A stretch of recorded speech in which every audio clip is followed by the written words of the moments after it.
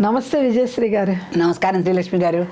విజయశ్రీ గారు, మీరు కిందటి ఎపిసోడ్లో మంచి పూలతో పూజ చేసుకుంటే బంగారం ఎలా ఆకర్షణగా మన ఇంటికి వస్తుంది, శివుడు ఆయనే కదండి ఐశ్వర్య ప్రదాత, అంతే కదండి, ఆయన ఇస్తేనే కదా మనకి ఐశ్వర్యం. అసలు విభూతి అంటేనే ఐశ్వర్యం అండి. విభూతి అంటే విభూతి అంటాం కదా, విభూతి అంటే ఐశ్వర్యం. ఐశ్వర్యం అది అమ్మవారి భాషలో చెప్పండి. ఐశ్వర్యం ఏంటంటే మంత్ర జపం.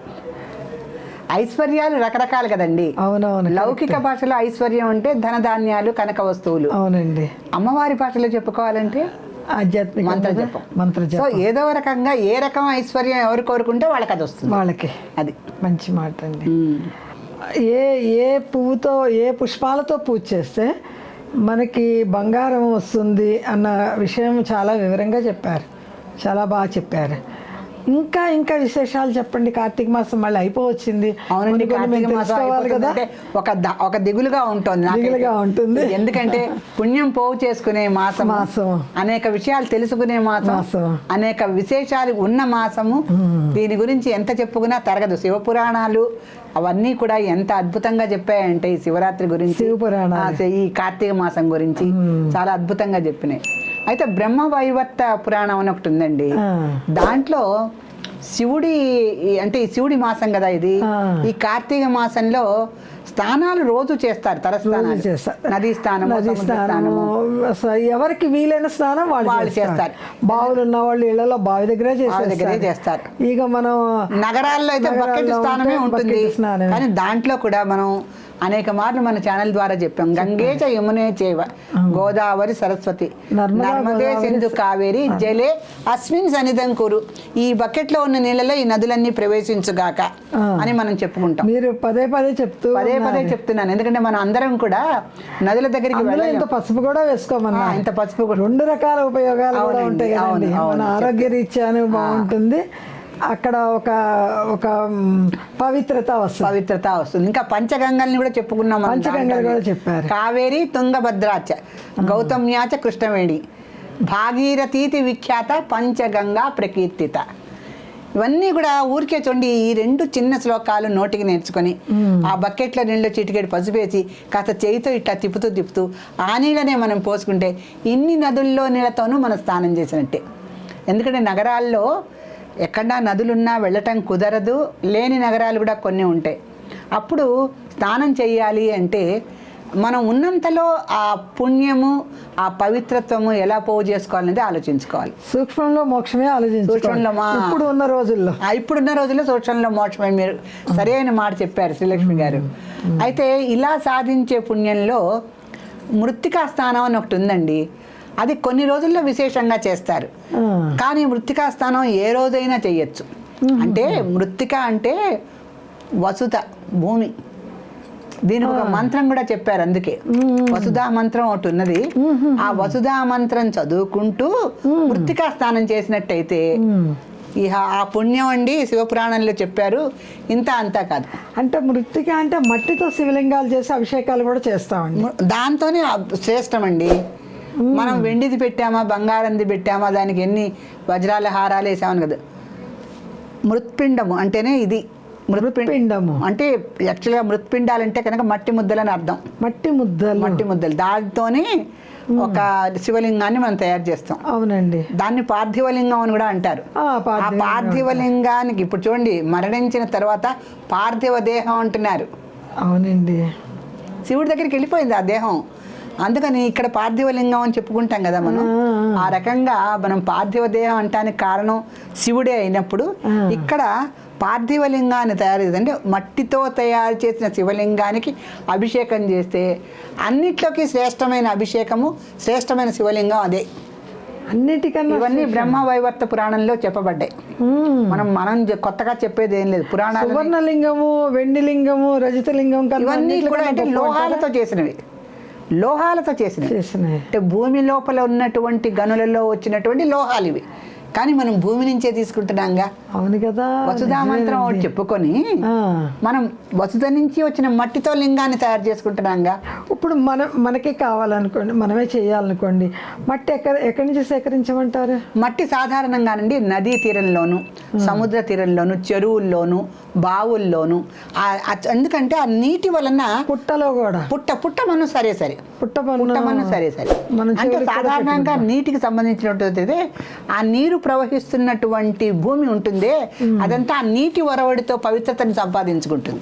శుద్ధమైన కొండలు, రాళ్ళు, చెట్లు, మట్టి అన్ని పునీతమవుతాయి, ఎందుకంటే నీరు పవిత్రం అక్కడ. నీరు పవిత్రం. అందుకని ఆ మట్టిని తీసుకొని మనము తల మీద కొంత స్నానం వేసుకొని ఒంటికి కూడా రాసుకొని మృత్తికా స్నానం అని చేయటం ఒకటి.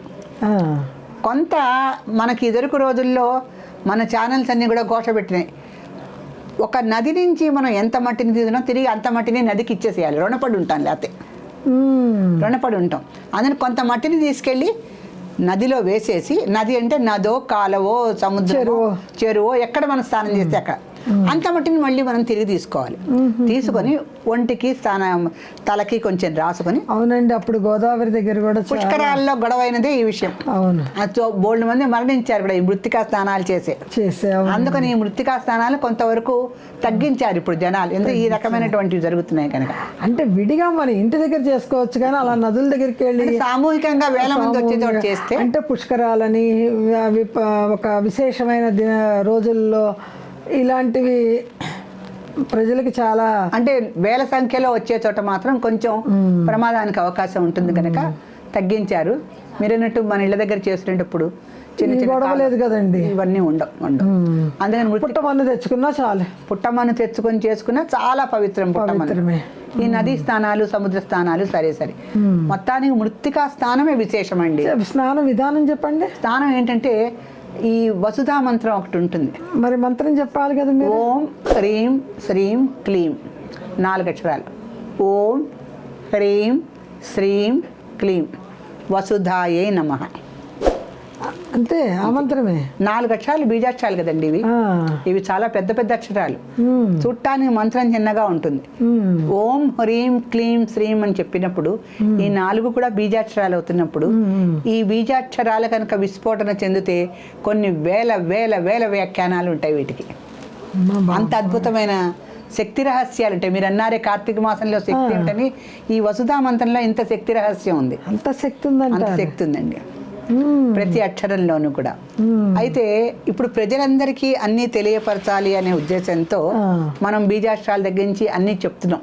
అంటే ప్రజలకి బీజాక్షరాలు అంటే భయపడిపోవటం, అమ్మో లలితా శాస్త్రం చదవకూడదు, అమ్మో బీజాక్షరాలు చదవకూడదు అనేటువంటి భయాలన్నిటినీ తొలగించి ప్రధానంగా శుచి శుభ్రతలు, చిత్తశుద్ధి మెయిన్. ఈ రెండు ఉంటే శివ పూజ ఎలా అంటారు అదే. అలా ఆ శివ పూజ చేసేటప్పుడు చిత్తశుద్ధి దగ్గర పెట్టుకొని చిత్తశుద్ధితో ఏ మంత్రం చదివినా అది తప్పనిసరిగా ఫలిస్తుంది. కాకపోతే స్థలం ఒకటి శుద్ధి ఉండాలి, స్థల శుద్ధి, దేహశుద్ధి అయితే ఉండాలి. అందుకే ఉండాలి కదా. అందుకని ఎక్కడ పడితే అక్కడ చదవకుండా ఒక స్థల శుద్ధి, ఒక క్షేత్రశుద్ధి, ఒక దేహశుద్ధి ఉంటే అక్కడ తప్పనిసరిగా చదువుకోవచ్చు. అయితే ఇప్పుడు మీరు అడిగారు కదండి ఏ స్థానం ఏంటి, ఇంకా కార్తీక మాసంలోని. ఈ కార్తీక మాసంలో మృత్తికా స్నానం చేస్తూ, అంటే తలకి కొంచెం ఆ పుట్టమన్ను, సముద్రంలో కాలువలో తలకి కొంచెం, ఒంటికి కూడా రాసుకోవాలి. ఒంటికి ముఖానికి కూడా రాసుకోవాలి. దీనికి అసలుకి బ్యూటిఫికేషన్ థెరపీని ఉంది కదండి, మడ్ థెరపీ అని. అవునండి, మన పూర్వీకులు చెప్పిన ప్రతి ఆచారంలో సౌందర్యం, సంప్రదాయం 2 ఉన్నాయండి. అవునండి, నిజమే. ఇన్ని క్రీములు రాసుకోవద్దు, అదేదో మీరు మడ్ థెరపీ చేసుకుంటే శుభ్రంగా అందంగానే ఉంటారు. ఆ రోజుల్లోనే ఋషులు చెప్పారు. సో మృత్తికా స్థానంలో రహస్యం అదే. మీరు రహస్యం అన్నందుకు ఎన్ని రహస్యాలు ఉన్నాయండి కార్తీక మాసంలో. మృత్తికా స్థానంలో ఇది సంపదలు అన్ని, అంటే ఆ మట్టిలో ఉన్నటువంటి మహిమ శక్తి. ఇప్పుడు భారతదేశం కర్మభూమి, ఇక్కడ భూమిలో అడుగు పెడితేనే ఇంత జరుగుతాయి అని అంటారు. ఏ ఖండానికే, భరత ఖండానికే ఉంది ఇది. ఇన్ని 5 ఖండాలు ఉన్నాయి మనకి. ఏ ఖండానికి లేనటువంటి పవిత్రత భరత ఖండానికి ఎందుకు ఉంది అంటే ఇక్కడ మట్టి గొప్పది. మట్టి ఇక్కడ ఋషులు, దేవతలు, శ్రీరాముడు, శ్రీకృష్ణుడు లాంటి నడిచిన ప్రదేశం. ఇంకెక్కడ నడవాలా వాళ్ళు, ఇక్కడే నడిచారు. దేవతలు నడిచిన ప్రదేశం గనక, దేవతలు నివసించి స్నానాలు చేస్తున్నటువంటి పుష్కరిణులు మనకు ఉన్నాయి కనుక భారతదేశం గొప్పది. ఈ భారతదేశంలో మనం చెప్పుకునే ప్రతి విషయం కూడా ఎంత శక్తి నిక్షిప్తం అయి ఉంటుందంటే, ప్రతిదీ కూడా ఆ ఋషి ప్రోక్తం కదండి, మనం కొత్తగా చెప్పేదే ఉంది. అందుకని శివుడికి ఇష్టమైనటువంటి ఆ మృత్తిక ఉంటుంది కదా, దాంతో ఒళ్ళంతా పూసుకొని చక్కగా స్నానం చేసిన తర్వాత శివలింగం దగ్గరికి వెళ్ళి కూర్చొని సువర్ణ గన్నేరు పుష్పాలను ఉంటాయి శ్రీలక్ష్మి గారు. సువర్ణ గన్నేరు ఇప్పుడు అన్ని చోట్ల రోడ్ల మీద కూడా పెడుతున్నారు. పచ్చగా పూస్తాయి, పేరుకు తగ్గట్టుగా పచ్చగా ఉంటుంది ఆ పువ్వు. అసలు ఈ కార్తీక మాసంలో చెట్టు నిండా పువ్వాలి. అవి 2 కళ్ళు సరిపో, అంతా పసుపు పచ్చడితో ఎంతో అందంగా కనిపిస్తూ ఉంటాయి. అసలు ఈ కార్తీక మాసంలో వచ్చేటువంటి ఇది ఉంటుంది, ఈ ఋతువులోనే చాలా అందంగా ఉంటాయి చెట్లు, పువ్వులు అన్నీ కూడా. ఈ పచ్చడి సువర్ణ గన్నేరు పువ్వులు తీసుకొచ్చి శివుడికి అభిషేకం చేసిన తర్వాత అష్టోత్తర శతనామాలతో చక్కగా పూజ చేసి ఈ వసుధా మంత్రం ఒక్కసారి చదువుకోవాలండి. ఈ వసుధా మంత్రాన్ని పఠించిన తర్వాత వాళ్ళకి, అంటే శివుడు ఏది కోరుకుంటే అదే ఇస్తాడు, కానీ ఒక్కొక్క పూజా విధానానికి ఒక్కొక్క వరం చెప్పాడు. ఒక్క పుష్పానికి, ఇప్పుడు ఉమ్మెత్త పూలకి మనం సువర్ణం చెప్పాం, సువర్ణం. ఇప్పుడు ఇక్కడ సువర్ణ గన్నేరు పుష్పాలకి, ఈ వసుధా మంత్రానికి, ఈ మృత్తికా స్థానానికి ఫలితం ఏం చెప్పారంటే, అంతా కూడా అండి ఇప్పుడు చేస్తున్నారే అందరూ రియల్ ఎస్టేట్ అని, అద్భుతంగా వస్తుంది వాళ్ళకి. రియల్ ఎస్టేట్ బిజినెస్ బాగా అభివృద్ధి చెంది చాలా ధనాన్ని సంపాదించగలుగుతారు వాళ్ళు. అంటే గృహ వస్తు ప్రాప్తి అనేది ఈ పూజ మనం చేసుకుంటే గృహం కూడా వస్తుంది, గృహము వస్తుంది, భూములు వస్తాయి. భూములు కదా రియల్ ఎస్టేట్, గృహము వస్తుంది, అటు భూములు వస్తాయి. ఆ భూములు రావటం అనేది ఎంత చక్కటి, కొన్ని భూములు అండి, భూములు రావటం అంటే కేవలం ఇళ్ళని అనుకుంటాం మనం. సువర్ణం పండే భూములు వస్తాయి. కొన్ని పొలాల్లో భూమి ఉంటుంది, వాళ్ళకి ఎకరానికి అద్భుతంగా పండుతుంది. అవునండి, అద్భుతంగా పండుతుంది. వాళ్ళు కూడా కొన్ని చవిటి భూములు ఉంటాయి. ఆ చవిటి భూముల్లో ఏమీ పండదు. వీళ్ళు కొనుక్కునే భూమి తెలుసో తెలియకో కొనుక్కుంటారు. అమ్మేవాళ్ళు ఎప్పుడు మంచివని చెప్తారు, కానీ వీళ్ళకి సువర్ణ గన్నేరు పూలతో పూజ చేశారు కదండి, సువర్ణం పండే భూమే ఇప్పిస్తాడు శివుడు. అబ్బబ్బబ్బా, అంత అదృష్టం అండి. అంత అంటే ఎప్పుడైతే భూమి అనేది ఒక లాభంగా మనం వస్తుందో, అది ఇల్లు అవ్వచ్చు, స్థలం అవ్వచ్చు, పొలం అవ్వచ్చు, ఏదన్నా అవ్వచ్చు. మనకి భూమి అయితే ఎందుకు వసుధా మంత్రం చదువుతున్నాగా, వసుధ అంటేనే భూమి. ఆ భూమిలో నువ్వు బంగారమే పండిస్తావో, ఇల్లే కడతావో, ఆ భూమిని అమ్మి నువ్వు బోల్డ్ ధనమే సంపాదిస్తావో, అది నీ యొక్క అభిరుచిని బట్టి ఉంటుంది. కానీ వసుధా మంత్రం చదివితే ఆ వసుధ ఇన్ని రకాల వరాలని ఆ పరమేశ్వరుడు, ఆ సదాశివుడి ద్వారా మనకి ఇప్పిస్తుంది. ఎంత గొప్ప మంత్రం అండి, అంతే కదండి. ఎంత చక్కటి పూజ, ఏంటి రూపాయి ఖర్చు లేకుండా. సువర్ణ గన్నేరు పూలు ఎవరు అమ్మరు, రూపాయి పెట్టి ఉమ్మెత్త పూలు అమ్మేది లేదు, కొనుక్కుంటమే, సేకరిస్తమే, కొనుక్కునే పని లేదు. మట్టి కూడా ఎవరు అమ్మరు, మట్టి కూడా ఎవరు అమ్మరు, తుమ్మి పూలు ఎవరు అమ్మరు, సువర్ణ గన్నేరు అమ్మరు. అంటే శివుడు ఎంత బోళా శంకరుడు, మనకి వరాలు ఇవ్వాలని ఎంత సులభమైన మార్గాలు చెప్పారండి. ఆయన కోరుకుంటే తన్ని తానే దానం చేసుకున్నాడండి. అవును కదండి. అటువంటి పరమ ఉదారుడైనటువంటి శంకరుడు, శం అంటే సుఖం, కరుడు సుఖాన్ని తయారు చేసేవాడు ఆయన.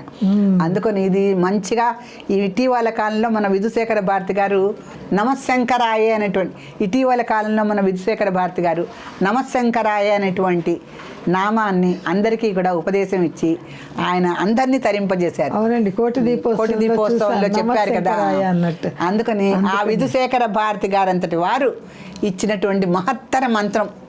అందుకని నమశంకరాయ అనే మంత్రాన్ని జపించుకుంటూ అయ్యో మేము అంత ఖరీదు పెట్టి కొనలేము, ఎక్కడికో వెళ్ళి కొనలేము అన్నది కాదు, ప్రతి ఒక్కళ్ళకి దొరుకుతాయండి.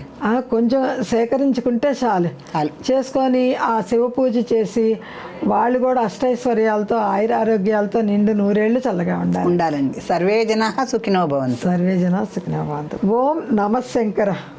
ఓం నమః శంకరాయ నమః. ఓం నమః శంకరాయ నమః.